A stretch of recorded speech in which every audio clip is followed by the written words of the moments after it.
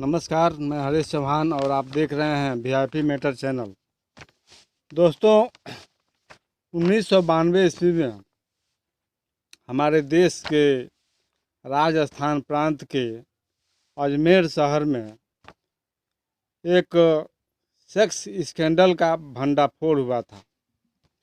उस sex scandal में 100 से ज़्यादा लड़कियों को ब्लैकमेल किया गया था और उनके साथ रेप किया गया था। एक लड़की इस स्कैंडल में फंस जाती थी, फिर वह अपनी इज्जत बचाने के लिए दूसरी लड़की को फंसा कर लाती थी। इस तरह करते करते 100 से ज़्यादा लड़कियां इस चक्कर में फंस चुकी थी और न जाने कितनी लड़कियों ने, रसूखदार घर की लड़कियों ने आत्महत्या कर लिया था खुद की इज्जत बचाने के लिए और अपने माँ बाप की इज्जत प्रतिष्ठा को बचाने के लिए।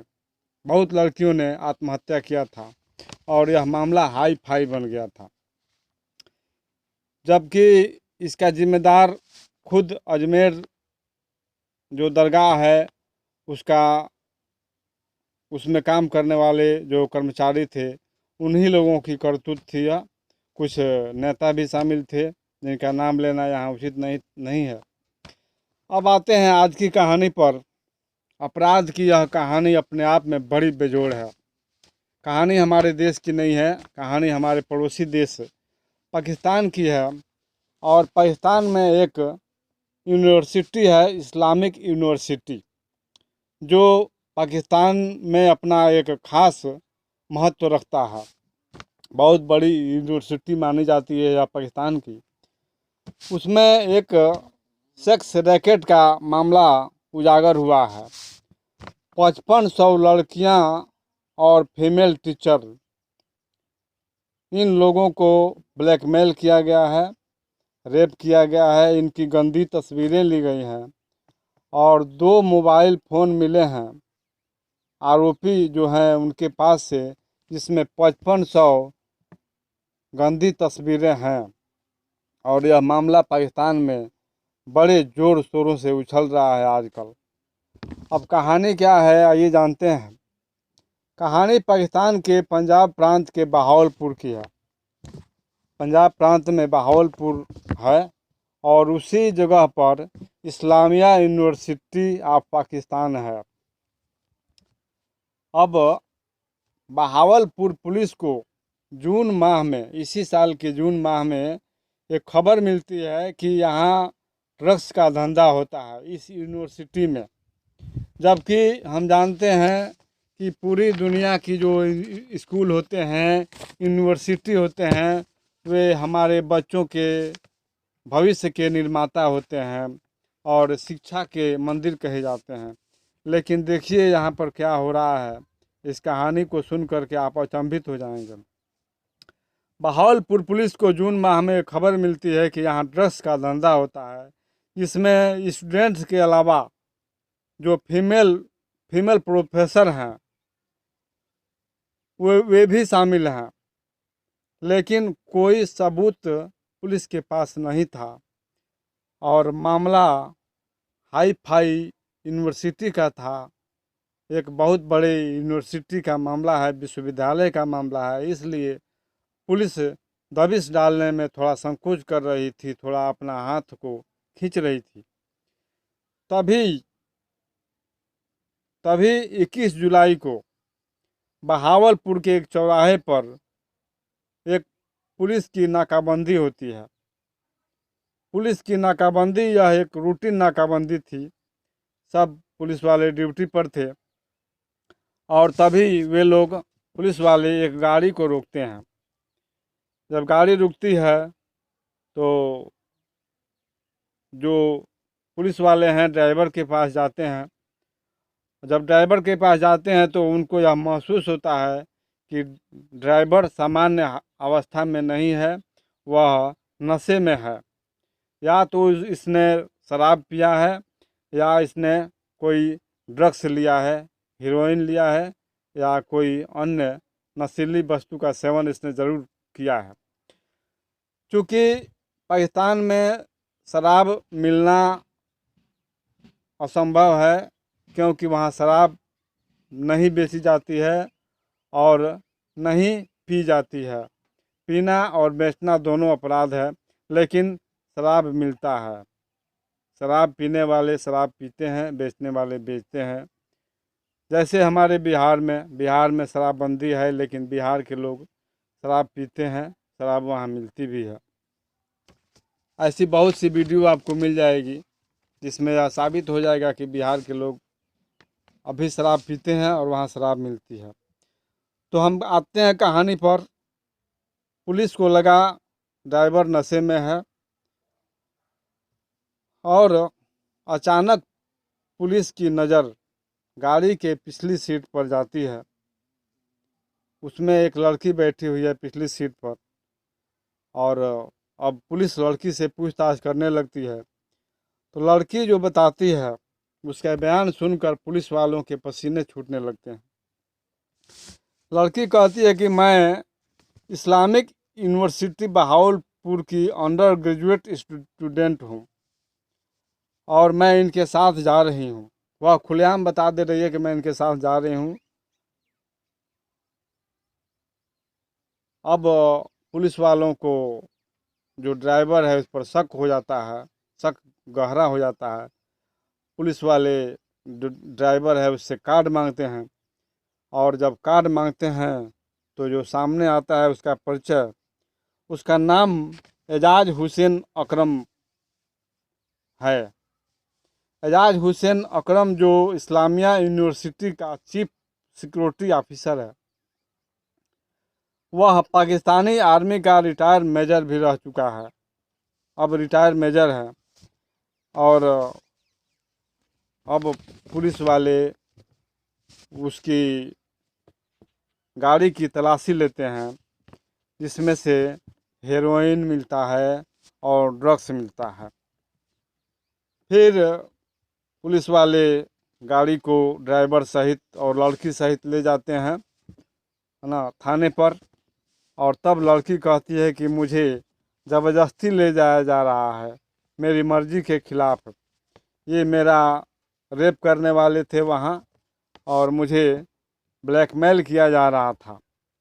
धोखे से हम लोगों को ड्रग्स देकर और बेहोश करके डांस पार्टी में हमारी गंदी तस्वीरें ले लेते हैं ये लोग, और फिर हमको ब्लैकमेल किया जाता है।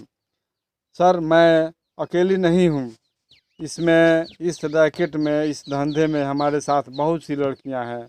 मेरी बहुत सी सारी सहेलियां भी हैं जो इन लोगों के चक्कर में ब्लैकमेलिंग का शिकार हो रही हैं, रेप का शिकार हो रही हैं। लड़की का बयान लेकर के पुलिस लड़की को घर भेज देती है, और फिर एजाज अकरम के घर की तलाशी ली जाती है। घर की तलाशी में विदेशी शराब की बोतल, जैसा मैंने पहले बताया कि वहाँ बेचना भी अपराध है और पीना भी अपराध है, लेकिन एजाज अकरम के घर की तलाशी में विदेशी शराब की बोतल मिलती है। और तब उनके फ़ोन की जांच की जाती है। 2 फ़ोन मिलता है, जिसमें पुलिस को 5500 लड़कियों की, 5500 लड़कियों की अश्लील वीडियो और अश्लील तस्वीरें, और उसमें फीमेल प्रोफेसर भी शामिल हैं।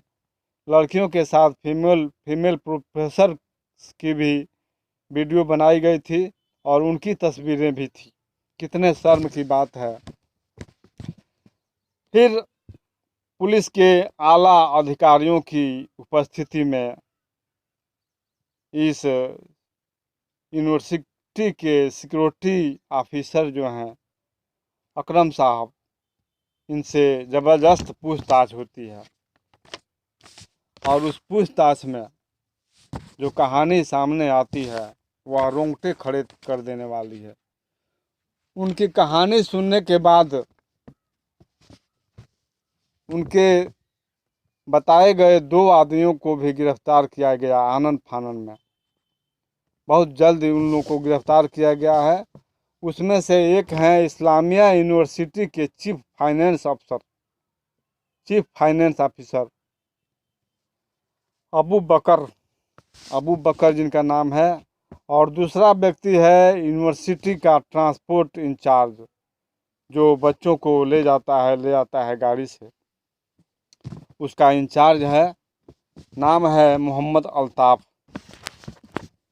मोहम्मद अल्ताफ़ और अबू बकर, दो आदमियों को पुलिस तुरंत गिरफ्तार करती है। अब पुलिस के पास 3 आदमी हो चुके हैं। पहला एजाज अकरम, दूसरा अबू बकर और तीसरा मोहम्मद अल्ताफ़। तीनों बताते हैं कि इस यूनिवर्सिटी में कई महीनों से वे लोग ड्रग्स का धंधा चला रहे हैं।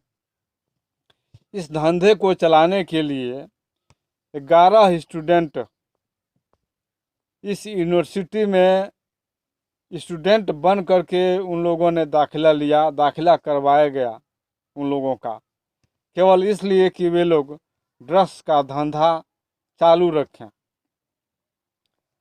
और जिनका काम ही था ड्रग्स सप्लाई करना।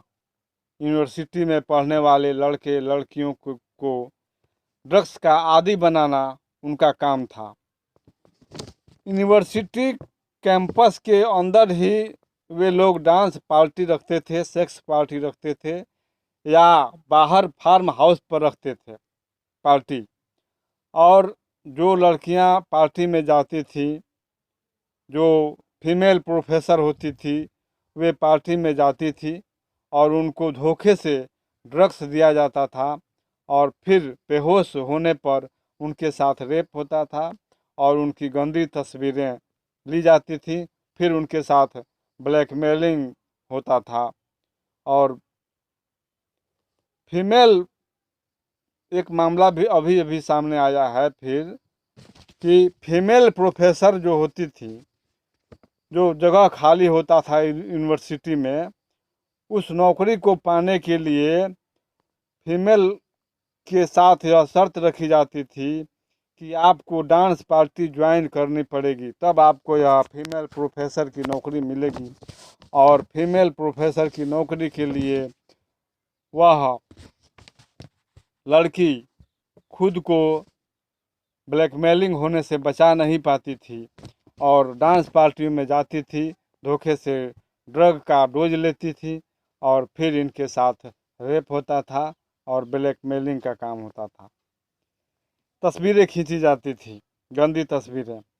लड़कियों को एग्ज़ाम में पास होने के लिए पार्टी ज्वाइन की शर्त रखी जाती थी कि हम तुमको पास करवा देंगे, तुम पार्टी में आओ। और फिर धोखे से उन्हें भी नशीली दवाएं, वही हेरोइन ड्रग्स की डोज दी जाती थी। बेहोश होने पर उनका रेप किया जाता था, फिर उनकी गंदी तस्वीरें लेकर उनके साथ ब्लैकमेल किया जाता था। इस तरह एक लड़की जब फंस जाती थी तो अपनी इज्जत को, अपनी आबरू को, अपने घर परिवार की मान और इज्जत प्रतिष्ठा को बचाने के लिए वह दूसरी लड़की को लाती थी। वे लोग धौंस देते थे, धमकी देते थे कि अगर तुम दूसरी लड़की को नहीं लाओगी तो तुम्हारा वीडियो को वायरल कर दिया जाएगा और तस्वीरों को फेसबुक पर या ये सोशल मीडिया पर छोड़ दिया जाएगा, तुम बदनाम हो जाओगी। और इस तरह से वह लड़की अपनी सहेली को, अपनी पड़ोसी को, या अपनी रिश्तेदार की किसी लड़की को लाती थी, और फिर 1 से 2, 2 से 4, 4 से 8 यह सिलसिला चल रहा था। इन तीनों व्यक्ति, एजाज अकरम, अबू बकर और मोहम्मद अल्ताफ़ के अलावा, जांच जब अपना मुकाम पर पहुंचता है, पुलिस अधिकारी जब जांच करते हैं तो और मामले सामने आते जा रहे हैं। इन तीनों के अलावा यूनिवर्सिटी के कई प्रोफेसर भी इस रैकेट में शामिल हैं, जो बच्चों को शिक्षा देते हैं, जो बच्चों के भविष्य के अनुकर्णधार हैं, जो भविष्य को बनाते हैं, बच्चों के भविष्य के निर्माता हैं, वे लोग इस रैकेट में शामिल हैं। और पाकिस्तानी मीडिया में आजकल यह खबर हवा में तैर रही है, पूरी तरह से छाया हुआ है। और क्योंकि इससे बड़ा स्कैंडल, सेक्स स्कैंडल अभी तक कोई सामने नहीं आया है। सबसे बड़ा सेक्स स्कैंडल माना जा रहा है पाकिस्तान का। हमारे यहाँ भी यह सेक्स स्कैंडल 1992 में, जो मैंने आपको अभी भी बताया, अजमेर में हुआ था, जिसमें 100 से ज़्यादा जहाँ 5500 लड़कियों को इस रैकेट के महाजाल में फंसाया गया है। शिक्षा का मंदिर कहा जाने वाला यह विश्वविद्यालय, जिसमें गुरु यह काम कर रहे हैं, इस रैकेट में शामिल हैं। यूनिवर्सिटी के professor, security incharge, finance incharge, यह क्या है। अक्टूबर नवंबर माह में, इसी साल के अक्टूबर नवंबर माह में पाकिस्तान में आम चुनाव होना है, और इससे, इस मामले से मौजूदा सरकार को नुकसान भी हो सकता है। जो लड़कियां इस यूनिवर्सिटी में स्टूडेंट हैं, उनके पेरेंट्स के ऊपर क्या बीतती होगी, क्या सोचते होंगे वे लोग। और एक और ख़ास बात, पाकिस्तानी हुकूमत में एक मंत्री हैं, उनके सुपुत्र हैं तारिक बशीर, जो स्टूडेंट हैं इसी यूनिवर्सिटी के, इस्लामिया यूनिवर्सिटी के स्टूडेंट तारिक बशीर। उनका मेन काम है, मेन जिम्मा है, उनके जिम्मे यही काम है, और सप्लाई का, जो ड्रग्स की सप्लाई का काम है, उन्हीं के जिम्मे है। कितना बड़ा स्कैंडल, कितना बड़ा यूनिवर्सिटी में क्या क्या हो रहा है, आप देखिए। एजाज हुसैन अकरम, जो सिक्योरिटी ऑफिसर हैं,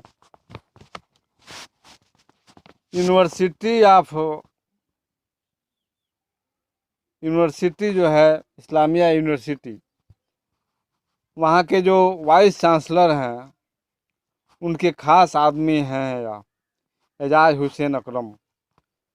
वाइस चांसलर के कहने पर ही दूसरे यूनिवर्सिटी से इनको यहाँ पर बुलाया गया था।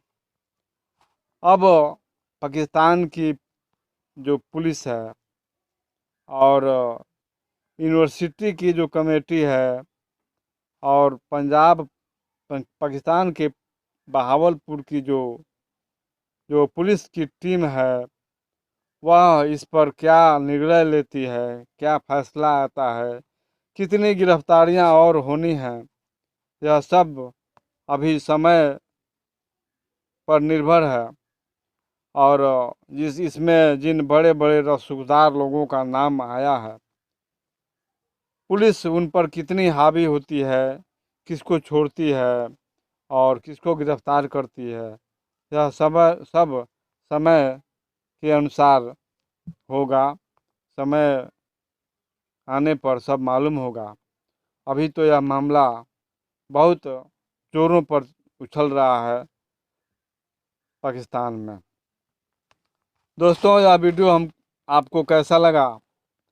अगर हमारा वीडियो आपको अच्छा लगता हो तो हमारे चैनल को ज़रूर सब्सक्राइब कीजिएगा, और वीडियो को लाइक कीजिएगा, अधिक से अधिक शेयर कीजिएगा, और कमेंट में लिखिएगा कि आजकल शिक्षा के इस मंदिर में क्या क्या लोग, कैसे कैसे शातिर अपराधी पैदा हो रहे हैं। तो हम आपसे विदा लेंगे। जय हिंद, जय भारत।